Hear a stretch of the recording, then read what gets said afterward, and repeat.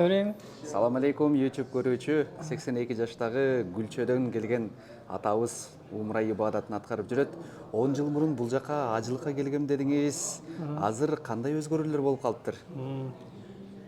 Assalamu alaikum badi cemaat. Şu birinci бүткүл аламдагы жанды жансыз көрүнгөн көрүнбөгөн баардык макулдарды жараткан Алла Таалага сансыз чексиз мактоолор болсун. Жана акыркы пайгамбарыбыз Мухаммед Мустафа саллаллаху алейхи вассаламга саламды салаваттар болсун. Мен 10 жыл мурда 14-жылы ажыга келген элем. Ошондо биринчи Мединеге келгенбиз. Мединеде 5 күн болгонбуз. Ошондо Мединеден эмеге Маккага автобус менен 5 saat, 5,5 saatта келгенбиз. Ошондо жол бир эле бет беле. Жолдун ояк буягы толго кара таш көрүнөт эле, башка эч нерсе же чөп же башка жок эле. Бир гана тикени анча-мынча жерде тикенек бар эле, жана төө жетчү. Башка эч нерсе жок эле. Азыр болсо кече Мединеден Меккеге келатканда көрдүк, жолдун ояк буягы бүт ишканалар курулуп, эл жуттар толуп калыптыр. Кээ бир жерде 50-60 үй толуп калыптыр. Кээ бир жерден 15-20 үй толуп калыптыр. Бирок ишкана бир нерсе чыгарган ишканалар курулуп, свет тартылып, баары жок слой болуп калыптыр. Жер бетине уже көк чыгып, уже төөлөр оттоп жүрөт. Малдар оттосо огудай мындан кийин. Алла Таала кайла өзгөрүү болуп калды 10 жылдан бери. Эки бет жол экен, ортосуна 5 метр коюп, ошого дарактарды эгип коюптур. Кудай калса, о дарактар бир 10 жылда укмуш болгудай. Анан Мадина шаарында 3 күн жүрдүк. Кече күнү Меккеге келип, харамга кирип чыктык. Ошондо сиз 82 жашта эмес, жапжаш баладай энергичный жүрдүңүз, өзүңүзгө тың жүрдүңүз. Ошону бир айтып кетсеңиз. Мен дагы биринчи келдик, кечегиде 3 күн Мединеде болду. Медина дагы мурдакыдан кыйла айырма бар экен. Мурда баардык эмеси жана зонтик баардык көргөн баардык бар эле. Азыр анча-мынча зонтигин алып коюптур. Себеби дегенде азыр тапчы кетсем кирип атасыз, ондо решеткадан чыкканда эле жыңайлап кирчү элек. Анан немелер зонтиктер үндү тосуп турчу эле да, пут күйбөсчү. Азыр айырмасы гана ошол экен. Башка эмеси эмелери айырмасы жок. Мурдакы анагы мечит экен. Мединаны ошондо көргөн элек 23 сотик жер экен. 23 гектар жер экен Мединанын территориясы.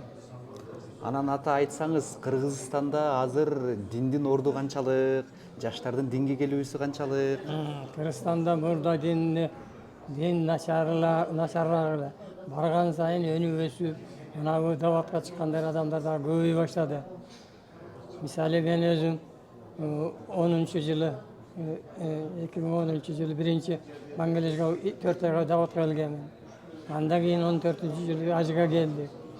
18-жылы 4 айлык Пакистанга 4 айлык даватка келдик. 19-жылы Дубайга 10 күнгө барып келдик. Эмесинчи 15-жылы Турцияга 15 күндүк төпкөмөн барып ойноп келдик. Андан кийин былтыркы эмелер көчмөндөр оюндары Турцияда болду эле. Ого да балам, кызым болуп үчөөбүз Турцияда оюндарды көрүп келдик. Кудайга шүгүр азыр. Эми Кыргызстан мурда караганда өнү өскөнү жакшы. Баардыгы мурда караганда илимдүүлөр да көп чыгып атат. Даватка чыккандар да көп болуп атат. Чет мамлекетке окугандар да көп болуп атат. Алла Таала ушу мисап берсин. Ушу Алла Таалага дагы Кыргызстанга дагы ушу дин өтө жакшы берилди. Мен Орто Азия боюнча Кыргызстанда дин жок. Өз эркиндик менен мечитте барган сайын кай жерде болсо мечитте амал күчтүү бар жерде. Бар жерде Алла Таала ушу арабтардын эсебинен мечиттер курулган. Баардык условиясы бар. Мечити дагы бар. Даваттардын жатка турган үйү бар, кухнясы, баардык условиясы менен курулган. Алла Таала барган сайын уже баардыгы оңолуп, Кыргызстанда оңолуп атат. Андан арда дагы Кыргызстанга уже Кыргызстанда азыр даже даватчылардын үйү курулуп атат. Ошо үй курулса, мындан кийин даватчылар эки жактан 7 облустан келгенде түнү үй издебей, ошо мечиттин үйүнө келип жатып, ошол жерден анан кийин ояк буяка таркайт да. Кудайга шүгүр Алла Таала. Ошону насип кылган экен быйыл.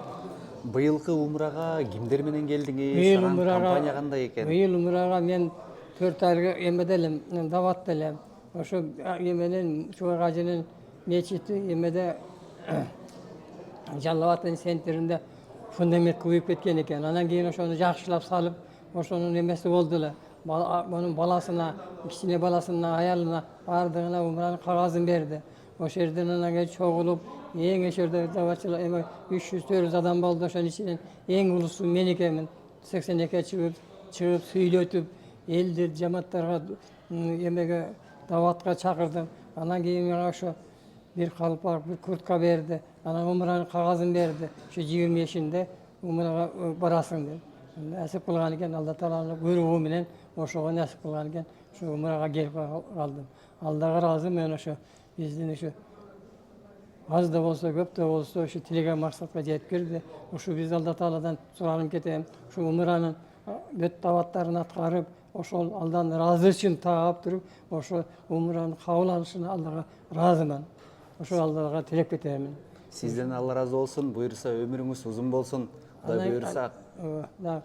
Мен ошо акыркы 17-эмеден ноябрда бүттү деп аттын. Ошо 11 адам элек, ошо 10 адамга ошо мени ошо жердеги эмеде жүргөн Мединеде